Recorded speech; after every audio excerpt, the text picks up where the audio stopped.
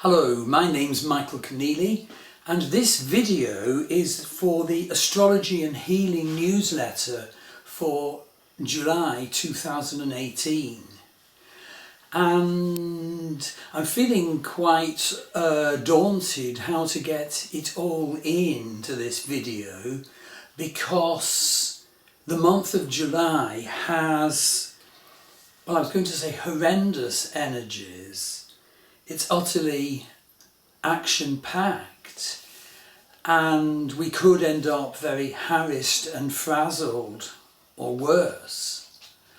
But of course that's not the divine purpose. It's not the way we need to aim to handle such huge energies as I'm going to describe. Because the whole purpose of this astrology presentation is to prepare us to seek to describe them, and so that means that we can then feel into the energies that are coming, consider them, consider how they can best be used to support us in manifesting the special spark we came here to manage. Dealing with difficult scripts and maybe succeeding in dealing with them because of the challenge ahead. So it's not about fated declaration, it's about identifying our healing and our empowerment and our inspiration. So July really is an action-packed month. And the world won't be the same after July 2018, nor will each of us, particularly if we have planets that the two eclipses are actually conjuncting or opposing. So first of all, there's a solar eclipse on July the 13th. These are all the charts are for Dublin date and time, by the way, so you need to adjust it slightly if you don't live in Ireland. And of course the very big fact is of the eclipse of the 27th of July 2018, which is actually the longest eclipse of the 21st century. And so its effect is huge. Its consequences will be long-lasting. In fact, some UK newspapers, I'm told, have reported an end-of-time nature to the 27th of July 2018 eclipse. Well, it won't be that, but its effect in our lives and on human politics and on the earth will be major and long-lasting, and it'll be visible across much of Europe and Asia, in Australia, southern parts of North America and South America. And for example, in UK and Ireland it'll be a blood moon, a moon tinged red. Now eclipses are wild cards. They send like a glaring ray of truth into an area of our life, and you can predict the area by looking at the house within your astrology birth chart that the eclipse is in or aspecting. And with an eclipse, something ends and something else new begins. So normally speaking though, even if you have a huge intuition about the change at the time of the eclipse, don't totally rush into it. Wait till the eclipse energy has settled to make a considered decision rather than a hasty one. But of course don't bury the insights that you received. That's the divine intention and purpose of an eclipse. And so a very big eclipse like the 27th of July lunar eclipse has in fact an earthquake effect. Eclipses release stuck energies, they undam dammed up energies. They're associated with earthquakes and tsunamis on the surface of planet Earth. And if the eclipse chart interacts strongly with our birth chart, we will experience that eclipse strongly, to say the least. And okay, but will that be easy or difficult, positive or negative, whatever words you want to use? The acid test is, am I on my true life path? Am I expressing the spark I incarnated to express? Am I dealing with the negative karmas that I incarnated to burn, reduce, transcend? Because if we're on path, the eclipse can produce wonders. But if we're off path, our life can fall apart. Now that, of course, sounds terrible, is terrible, but the divine purpose is that we are meant to go through that to something better, something more in accord with our life path and the true me. Now, eclipses sort of work through deeply polarizing and internalizing our life issues. And they also compel us to face our personal shadow. So if you cling to false securities and stuck patterns and resist the call of your evolution, well, these eclipses will leave you damaged or sort of cut off and robotic, almost like a mechanical rump of who you were born to be. And your life circumstances could quite possibly disintegrate because you're not living in accord with your truth. But if you're, seeking genuinely to express your life purpose and your spiritual truth, wonderful things will flower. So, basically July 2018 is a month to stand firm in the midst of what might seem like a storm. We mustn't give way to fear. Fear is the mind killer. We mustn't go limp, we mustn't be evasive, we must be truly open to the divine energy of change. We must cope with self-doubt and with face loss of direction. And there are usually 2 eclipses in an eclipse cycle, but this year there's actually 3. So that prolongs the time period that we are in the abyss of eclipse energy. And that's because not only are the 2 eclipses in July, but also the 3rd eclipse on the 11th of August. And briefly, I've gone on at great length about eclipse energy, but I also want to say that July maybe should be also dedicated to Uranus, because Uranus energy is huge at the moment. Uranus has only recently entered Vedic Aries, Ashwini Nakshatra. His energy is sharp and huge, and he's actually caught up in the eclipses. There's also a very, very, very strong, sharp energy, the Mars-Ketu conjunction, which obviously, because of it being Ketu, is caught up with the eclipses. And the whole point is Uranus is aspecting that too. So in fact, at points there's actually a T-square in the heavens of the 2 ends of the eclipse axis, T-square Uranus, also involving Mars. So we have Mars square Uranus, revolution, irritability, violence. But honestly, there's inspiration and magic for humanity there if humanity can ride this energy.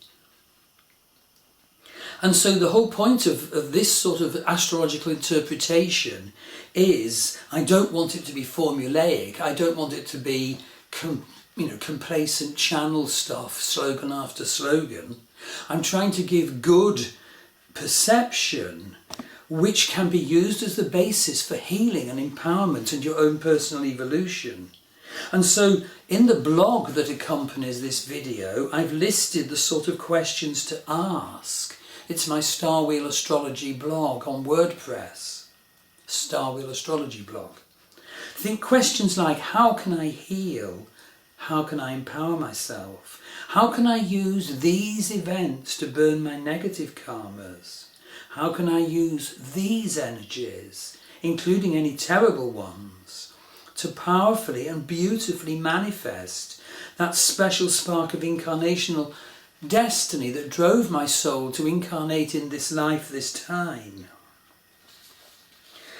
So do have a look at the blog. There's no way I can get all this into the video.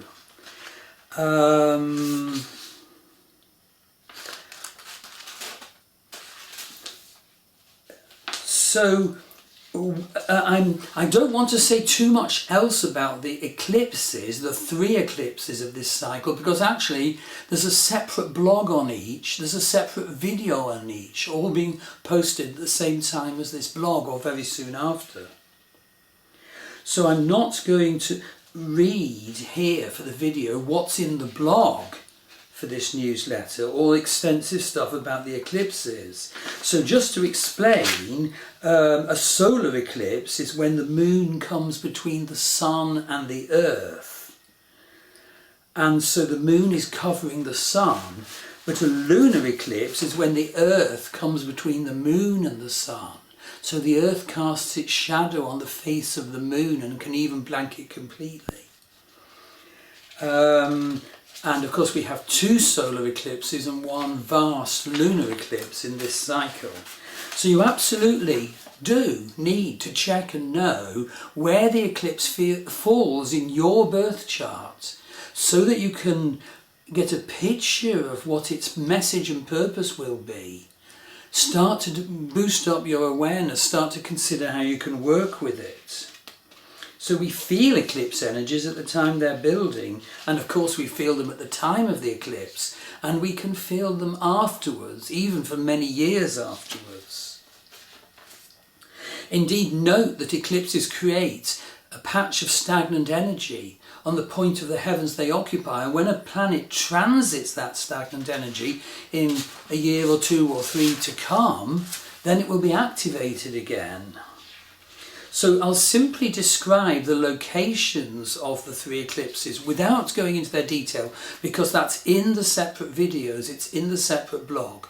Although if you want to read it, it is in the blog post of this Astrology and Healing newsletter for July. So the solar eclipse of the 13th of July is at 26 Vedic Gemini using the sidereal zodiac. And it's in Punarvasu Nakshatra using the wonderful 27 sign lunar zodiac of Vedic astrology, the nakshatras. Now in Western astrology it's at 20 Cancer using the tropical zodiac. So the charts are in the blog and of course in the separate videos and blogs for each eclipse. So I'm looking at it now and I can clearly see, for example, in the Western chart, Sun and Moon at 20 Cancer, opposite Pluto, and that is huge. And of course the nodal axis has Mars conjunct the South Node, and Uranus is square, Uranus is square Mars and the South Node, and also incidentally Jupiter is. So I mustn't say anything more about that. There won't be space. See the separate blog and video. So we come to the huge moon, the full moon eclipse, the lunar eclipse of the 27th of July. And that, well, the sun is at 10 Vedic Cancer in Pushyami Nakshatra, Pushyami lunar sign. And the eclipse moon is at 10 Vedic Capricorn. Or using the Western tropical zodiac, the eclipse moon is at 4 Aquarius and sun at 4 Leo. And as I've said, the eclipse is conjunct, the angry Ketu Mars conjunction. Eclipse sun is conjunct Rahu North Node. So to study the effects of the eclipse, you need to note in what house in your Vedic chart the eclipse falls, and indeed several significant bits of the eclipse. The eclipse moon, of course, but you also have to look at the eclipse sun, the eclipse ascendant, and maybe a key planet like Uranus at the moment. So you need to look at what house it falls in to work out in what area of your life the death and rebirth will occur. And I'm fascinated to know that this immense moon is conjunct my ascendant. And that is almost like a death and rebirth of me, of how I project in the world. Now this eclipse is in Shravana Nakshatra. So Shravana Nakshatra is about listening. And so particularly at this time in July, you must listen to what your soul is whispering to you. In fact, I'm going to have to spend longer on this first video because there's just no way I can even cover the material, even if I don't say much about the eclipses.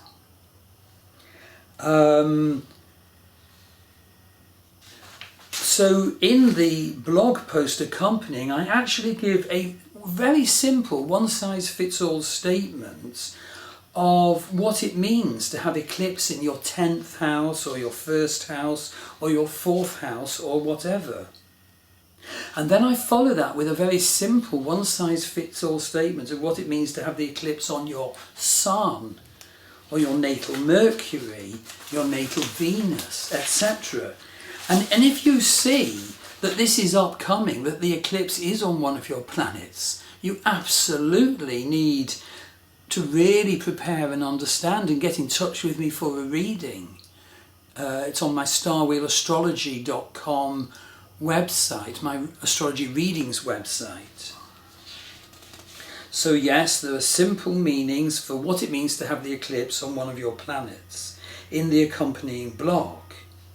And thirdly, in this series, and I have to include it because it's all part and parcel of the same eclipse cycle, is the new moon solar eclipse of the 11th of August. Well, very significant, Uranus is square the nodal axis and Mars of this chart. And so at all this time, I think the whole world will be feeling a driven energy from Uranus. Okay, how do you handle that? Well, Uranus brought in the French Revolution, the US War of Independence, at the time it was discovered and came into the human consciousness. So you're looking for inspiration, you're looking for revolution. So let me press on.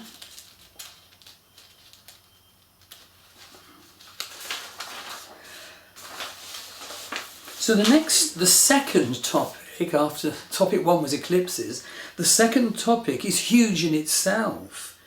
It's the Mars-Ketu conjunction. Ketu is the south node of the moon's name in Vedic astrology. And that's been running since the 2nd of May 2018 and will be in force until the 6th of November 2018. Those are wide expressions of the Mars-Ketu conjunction, but it was exact on June the 7th, July the 20th, note that, July the 20th, and September the 25th. Now, in the accompanying blog post, I said, well, how do you understand the sharp energy of Mars combined with the sharp, declarative, unworldly, antimatter energy of Ketu?